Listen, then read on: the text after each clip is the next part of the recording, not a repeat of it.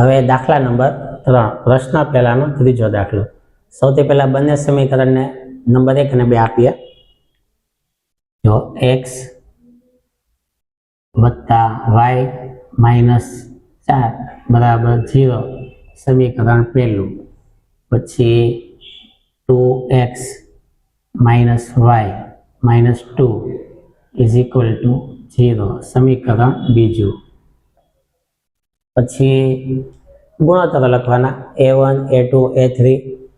જો આ x ની પહેલા કાંઈ નથી લખેલું તો a1 બરાબર 1 ગણાય, y ની પહેલા પણ કાંઈ નથી લખેલો સહગુણક તો b1 તેમાં પણ 1 અને અચાર પદને c કહેવાય તો c1 બરાબર -4। આ 1 એટલે લાગે કે આ પહેલું સમીકરણ છે એટલે। હવે સમીકરણ બીજું છે તો બધે 2 લગાડવાનું। x ના સહગુણકને a કહેવાય તો a2, x ની આગળ 2 લખેલા છે તો 2। પછી y ની પહેલા કાંઈ નથી પણ માઇનસ છે અને કાંઈ ન લખ્યો તો 1 સમજવાનું તો -1 તો b2 બરાબર -1 અને c2 બરાબર -2। હવે ગુણોત્તરો લેશું।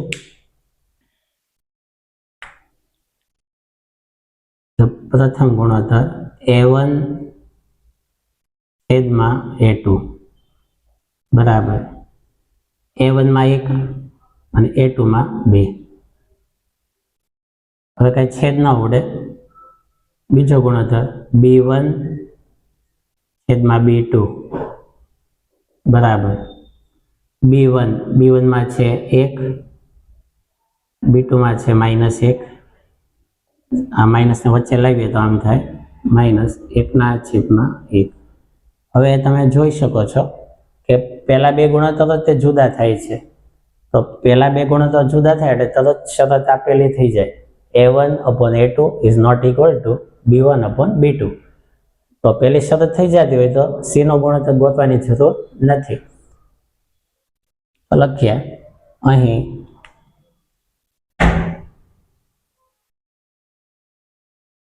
a1/a2 is not equal to b1/b2। મતલબ કે આ બંને ગુણોત્તરો સમાન નથી। તેથી જવાબ લખીએ સમીકરણ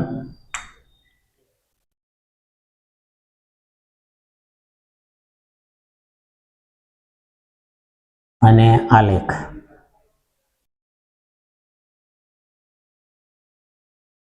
સમીકરણ સુસંગત છે।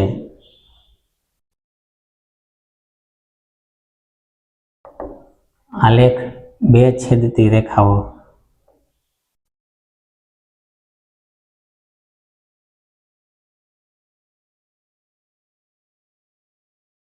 તો દાખલાનું સ્ક્રીનશોટ પાડી લેજો અને તમારા મિત્રોને શેર કરજો। હેલો સ્ટુડન્ટ્સ, વાઘેલા સ્ટડીઝ ચેનલમાં તમારું સ્વાગત છે।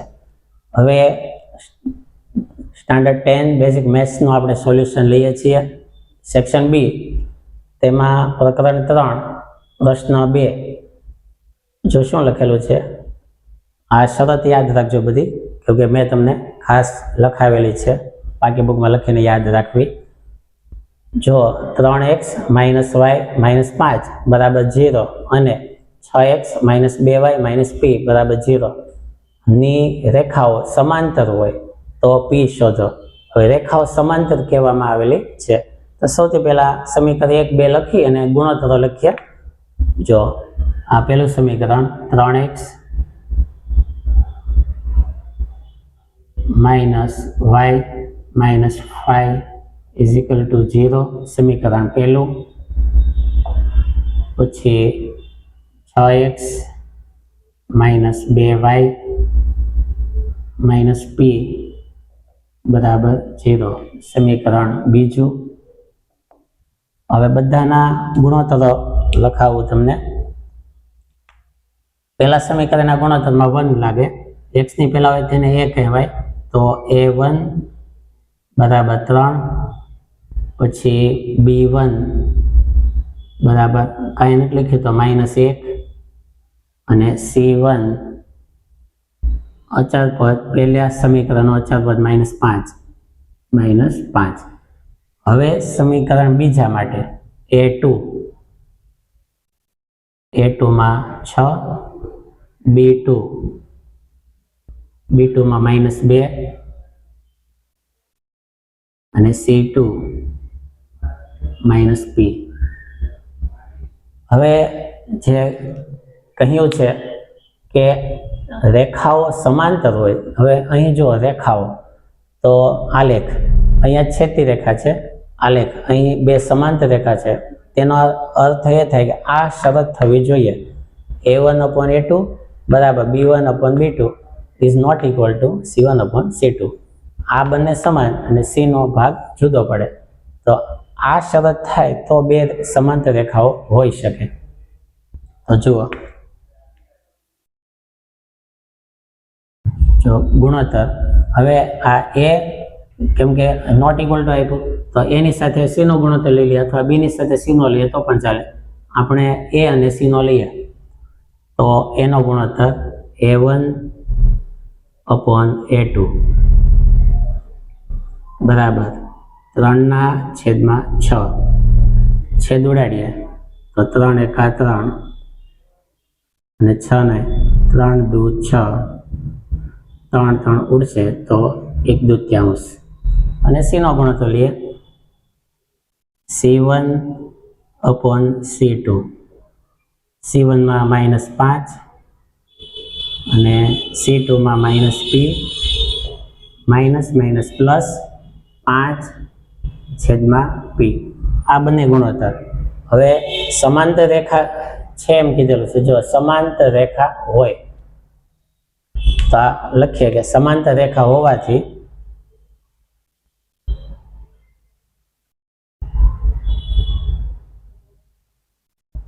સમાંતર રેખા છે માટે A1/A2 is not equal to C1/C2. સમાંતર રેખા તો જ થાય કે આ શરત થાય તો A1/A2 બરાબર નથી C1/C2. મતલબ કે આ બંને સમાન નથી. તો A1/A2 માં લખીએ 1/2 is not equal to C1/C2 માં લખીએ 5/P.